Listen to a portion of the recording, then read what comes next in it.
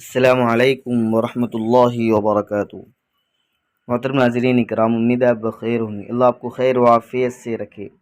ناظرین، آج ہم بات کریں گے رمضان المبارک کے متعلق کہ رمضان کے کیا معنی ہے اور رمضان کو رمضان کیوں کہتے ہیں۔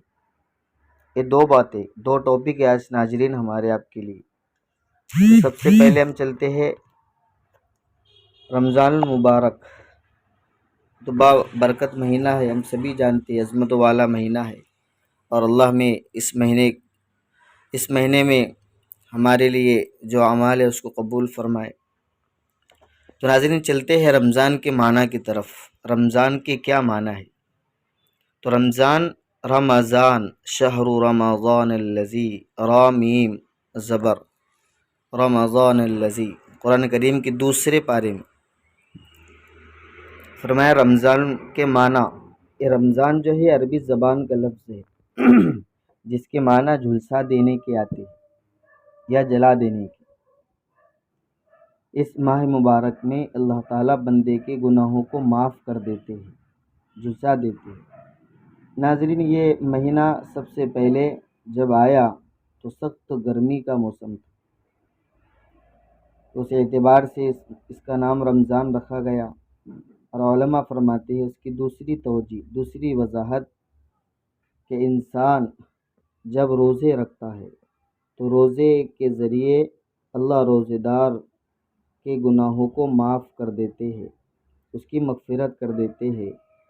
تو ناظرین، اس لیے اس کو رمضان کہتے ہیں کہ اللہ رب العزت بندے کو جھلسا دیتے ہیں اور معاف کر دیتے ہیں روزے کے ذریعے سے۔ تو اس لیے رمضان کے معنی جھلسا دینے کے، اور بندہ گناہ گار ہوتا ہے، روزے رکھ کر اللہ اس کے سارے گناہوں کو معاف کر دیتے ہیں، اس لیے اس کو رمضان کہتے ہیں۔ ناظرین، رمضان مبارک کا بابرکت مہینہ، بڑا مبارک مہینہ اللہ نے ہمیں عطا فرمایا ہے، تو یہ انسان کے لیے صفائی اور سروسنگ کا ذریعہ ہے۔ جس طرح ایک مشین کی سروسنگ ہوتی ہے کہ ایک بندہ 11 مہینے اللہ سے دور ہوتا ہے اور غفلت میں زندگی گزارتا ہے، اور اللہ کے قرب میں کمی کا سبب واقع ہوتا ہے، تو جب بندہ اس ماہ مبارک کی قدر کرتا ہے، روزے رکھتا ہے، تو وہ اللہ کے بہت زیادہ قریب ہوتا ہے۔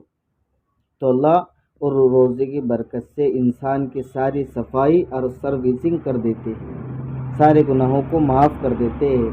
جس طرح ایک مشین کئی عرصے سے بند پڑی ہے اور جب اس کو لایا جاتا ہے تو اس کی صفائی کی جاتی ہے، سروسنگ کی جاتی ہے، اسی طرح بندہ جب اللہ سے غائب رہتا ہے، رمضان مبارک میں عبادت کرتا ہے، تو اللہ اس کی صفائی اور سروسنگ کر دیتے ہیں۔ اللہ ہمیں قدردانی کی توفیق عطا فرمائے۔